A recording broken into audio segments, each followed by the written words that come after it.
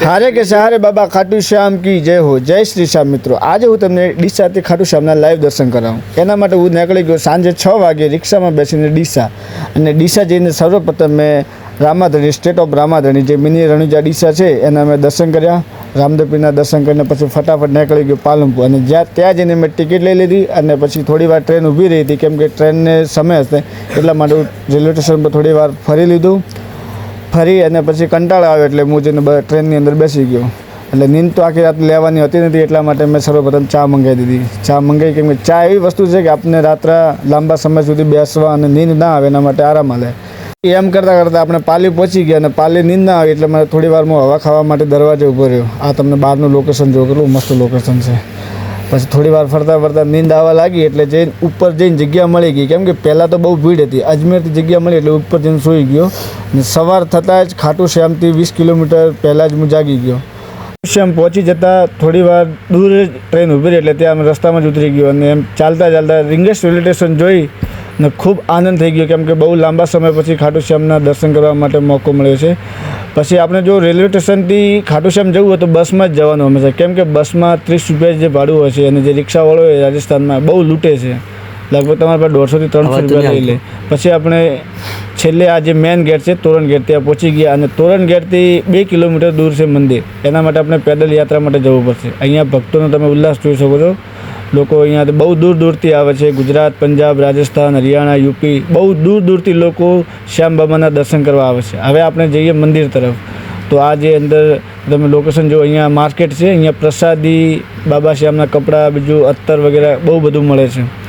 અને અહીંયાથી થોડી દૂર આપણે લાઈન છે ત્યાં લાઈનમાં જઈને બાબાના દર્શન કરવા છે.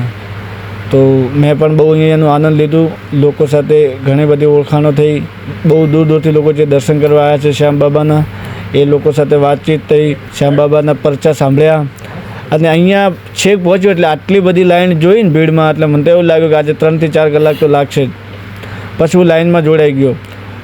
અને ખરેખર શ્યામ બાબાની એટલી કૃપા થઈ કે મને 13 નંબરની જે લાઈન છે ને એ લાઈનમાં દર્શન કરવાનો મોકો મળી ગયો કેમ કે એક દિવ્ય લાઈને અને કહેવામાં આવે છે કે 13 નંબરની લાઈનમાં દર્શન કરવા એ બહુ કિસ્મતની વાત છે.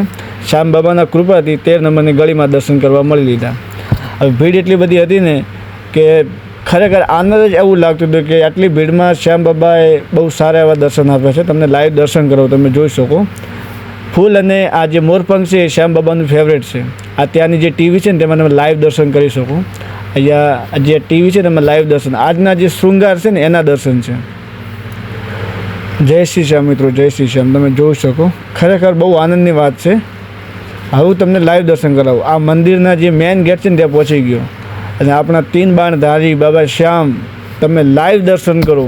એટલા દિવ્ય દર્શન છે ખરેખર નસીબમાં હોય ને એમને જ કરવા મળે. આ વિડીયોને લાઈક અને શેર કરવાનું ભૂલતા નહીં કેમ કે મેં તમને આજે લાઈવ દર્શન કર્યા છે બાબા શ્યામના. અને દર્શન કરીને પછી શ્યામકુંડ છે ત્યાં શ્યામકુંડના દર્શન કરવા નીકળી ગયો. ત્યાં પણ બહુ બધી ભીડ હતી. બહુ દૂર દૂરથી લોકો આવ્યા હતા. આ શ્યામકુંડ છે જુઓ તમે. અહીંયા ભક્તો શ્યામકુંડની અંદર સ્નાન કરી રહ્યા છે. બાબાનું જે અમૃત જળ છે એનાથી પોતાને નવરાવી રહ્યા છે. હવે આપણે અંદર જઈને તેના શ્યામકુંડના પણ દર્શન કરી લઈએ અને અંદરથી શ્યામ જળનું પાણી પણ લઈ લઈએ.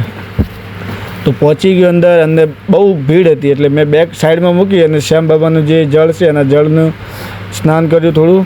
અને શ્યામકુંડનું જે જળ છે હું સાથે લઈને આવ્યો છું. જે ભક્તોને જોતું હોય એ મને મેસેજ અથવા કોલ કરી શકે છે. એમને હું શ્યામકુંડનું જળ છે એમના ઘર સુધી પહોંચાડી દઈશ. શ્યામ બાબાની કૃપા બધા ભક્તો પર બની રહે.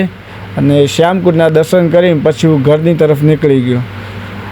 ને રસ્તામાં તો હજી એટલી ટ્રાફિક હતી ને કે જેટલી ટ્રાફિક સવારે નથી એનાથી 3 ગણી ટ્રાફિક થઈ ગઈ છે કેમ કે હજી લોકો દૂર દૂરથી આવી રહ્યા છે અને લોકો પેદલ પણ આવે છે. તો જય શ્રી શ્યામ.